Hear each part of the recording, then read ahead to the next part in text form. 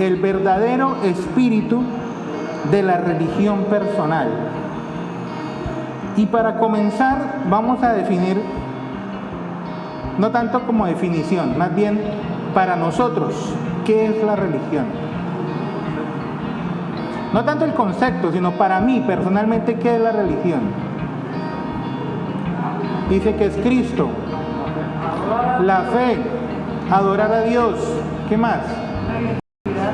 Una identidad, un estilo de vida.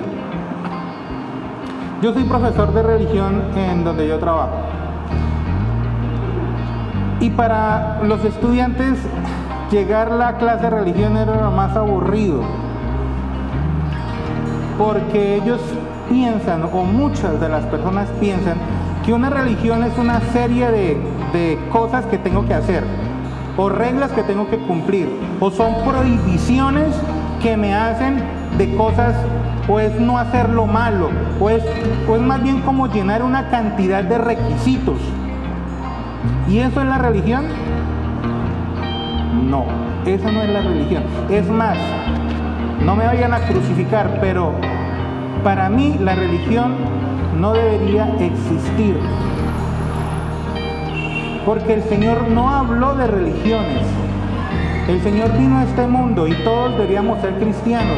Todos deberíamos tener el mismo credo. Todos deberíamos estar enfilados a la misma meta que el Señor nos dejó. Y vamos a ver en Juan 14, 12. ¿Qué fue eso que pasó? ¿Cómo así que yo me puedo identificar o cómo debe ser mi relación ahora que soy joven? Juan 14, 12 nos dice lo siguiente: de cierto os digo, que el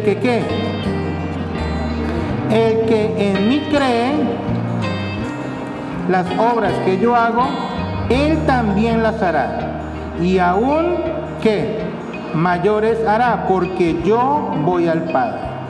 Vamos a ponernos un poquito en contexto. ¿Qué estaba pasando en ese momento? ¿Qué fue lo que pasó? ¿Por qué este versículo? Porque le preguntaban a Jesús que les mostrara la Padre. No, ¿qué estaba ocurriendo? ¿Qué estaba ocurriendo en ese momento cuando el Señor dijo estas palabras?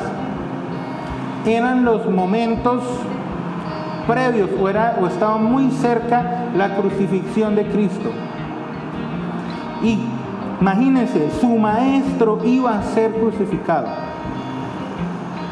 ¿Qué pensaban los apóstoles o qué pensaban todos aquellos que los estaban siguiendo? Lo estaban pensando que, ¿ahora qué va a pasar? ¿Qué va a pasar con todo esto, lo que está pasando? Pero miremos el versículo, que hay algo especial. Dice: el que en mí cree, las obras que yo hago, él también las hará, y aún mayores. Ay, entonces nosotros como iglesia adventista estamos mal, ¿será? Porque es que nosotros no vemos que nosotros estamos realizando milagros como el Señor hizo. Recordemos uno de los milagros más que llamaron más la atención. ¿Cuál fue? La resurrección de Lázaro. ¿Por qué? Porque en toda la historia de este planeta, yo creo que resucitar los muertos ha sido algo imposible. El único que lo ha podido hacer es ¿quién? Es Cristo. Fue el único que lo pudo hacer. Entonces dice que nosotros, si creemos en Él, vamos a hacer obras mayores a las que Cristo hizo. O sea que nosotros vamos a hacer milagros mayores. Ay, entonces estamos mal porque no hemos empezado a hacer milagros. Yo conocí a varias personas que me dijeron: ustedes como iglesia no tienen el Espíritu Santo porque ustedes no hacen milagros, porque ustedes no están haciendo todo lo que nosotros hacemos, todas las cosas, esos prodigios. Y yo a ustedes les voy a mostrar esta tarde que hay un milagro mucho más grande que los que Jesús hizo. Y el Señor nos lo encomendó a nosotros. Imagínense, ¿por qué el Señor tuvo que hacer milagros?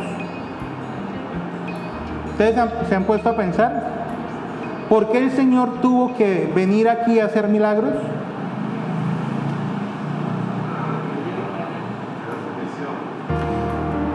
Bueno, les voy a cambiar la pregunta. ¿La misión de Cristo al venir a esta tierra era venir a hacer milagros?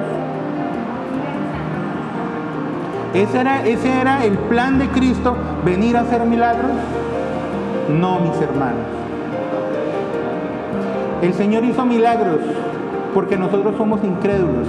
Y el Señor tenía que demostrar que el Padre, por medio de Él, podía hacer cosas que ningún hombre podía hacer. Y por eso el Señor hizo milagros. Y ahora, ¿por qué el Señor, cuando se fue al cielo, cuando murió, resucitó y se fue al cielo, por qué a los discípulos ellos pudieron hacer milagros? Porque tenían que seguir demostrando que ellos creían en esa persona que tenía el poder de hacer milagros. Ahora, ¿es necesario los milagros ahora? Claro, es necesario, porque todos estamos esperando un milagro. ¿Quién no espera un milagro? Yo estoy esperando milagros, que el Señor haga milagros en mí. Cada uno está esperando milagros, pero esos milagros nacen de la voluntad del Señor. Yo creo que cada uno de nosotros, si ustedes no han experimentado un milagro, es porque no han podido abrir sus ojos a la realidad de lo que el Señor hace en nosotros. Cada día el Señor hace milagros en cada uno de nosotros y nosotros a veces no los percibimos. Así que yo creo que este versículo no está hablando de que si nosotros creemos que en Él vamos a hacer obras como la que el Señor hizo. El Señor hacía la pregunta, ¿el Señor a qué vino?